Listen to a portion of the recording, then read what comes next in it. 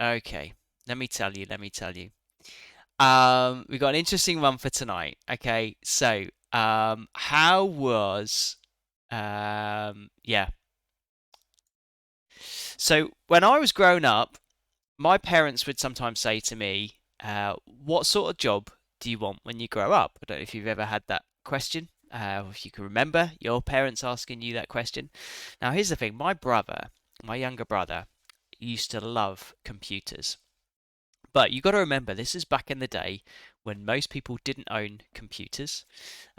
We only even had a handful of computers in school. So when we got to high school, we'd have IT lessons. So they were quite that was quite a novel thing. There were no mobile phones, and technology was not what it is today. But my brother did enjoy his IT lessons. So when my parents asked him, "What do you want to do, Rob, when you grow up? What do you want to do?" And he said he wanted to do something with computers. Okay? And do you know how my parents responded? They said, "Well, there's not much money in that. You'll find it difficult to get a job there."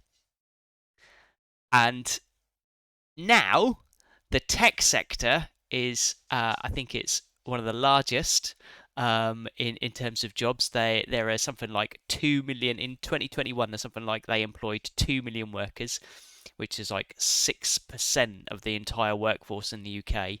And the average salary of an IT worker is 47,500, which is way more than what I earn. All right. So careers advice from my parents was not worth listening to. All right. So here's the thing that I need to say.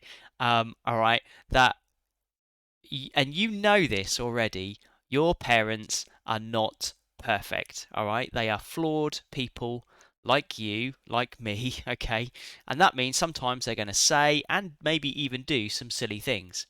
Sometimes they might contradict themselves. Sometimes they say things that annoy you. Sometimes they might say things that are inappropriate. Sometimes they will embarrass you or make a decision on your behalf about your life in which, in your opinion, that does not make sense. Okay? But, and here's the thing, although they are not perfect, they do have way more experience than you in life, okay? They have seen more, they have lived more, and they understand much more. Perhaps not in every area, because life is always changing. For me, trying to explain Fortnite to my mum is hard going, right? But in the grand scheme of life, she has still seen and experienced much more than me. So the trouble is that we end up seeing their flaws and their mistakes and overlook their knowledge and wisdom in other areas. And Ephesians 6 says, "Honor your mother and father, which is the first commandment with a promise, so that it may go well with you and that you may enjoy long life on the earth." Because the reality is that your parents have made significant sacrifices in their life for you. And maybe you don't have a full set of parents. Maybe you have carers, but the same would apply to them. Honor them as well, okay? Because they have made costly decisions for you to have a life on earth. How many things have your parents or carers done for you, or are doing for you right now? They rarely get credit or get told they're doing a good job. In fact, most of us, when we're children, give them a hard time and fight and argue with them. I know I did that with my parents. Okay, but we should be much more respectful of our parents and appreciate them more. Now, here's the thing, that doesn't mean that if they do something that harms you or someone else, that you should ignore that. My wife is a social worker. We both have experience of dealing with the harm that parents can do and cause. Physical, sexual, emotional abuse is not okay. If a parent is doing that and is hurting you in some way, then you must not keep it a secret. You should share that with someone, because that shouldn't be allowed to continue. And if you are ever a victim of something like that, then I just encourage you to talk to somebody about that. Maybe someone at Norwich for Christ, maybe someone in your school, maybe a youth worker, or someone else that you trust, or maybe even call in Childline. But really, these are the minority of cases. Most of our parents are doing their best to love, care, and support us. And they have invested in you to be the person that you are today. They have helped you to get where you are today. So we should honour them. That means we need to value them, give them praise where it is due. We need to listen to their perspective and value what they have said, even if sometimes you might reach a different conclusion. Okay?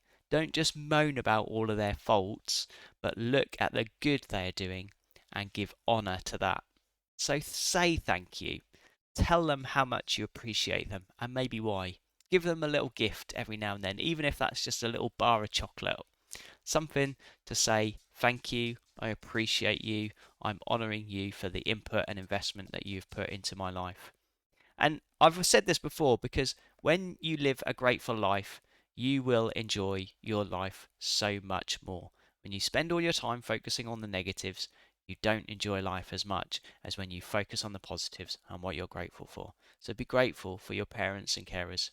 And you will, this verse says, you will likely live a longer life. And I think that's true because in the end, you'll end up making better choices and decisions because you're listening to the advice from your parents. So here's the thing, don't be a brat, okay? Honour your mother and father and recognise the contribution that they have made to your life. So that's today's verse of the stream from Ephesians 6, verse 1 to 3.